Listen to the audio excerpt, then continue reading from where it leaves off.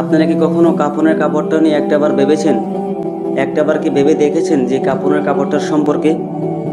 এটি এমন একটি কাপড়, যে ব্যক্তি কাফনের কাপড়টা তৈরি করে সে ব্যবহার করে না, সে বিক্রি করে দেয়। আর যে ব্যক্তি কাফনের কাপড়টা ক্রয় করে সেও ব্যবহার করে না। আর যে ব্যবহার করে সে জানেই না তার দেহটা সাদা কাফনের কাপড়ে আবৃত হয়ে আছে।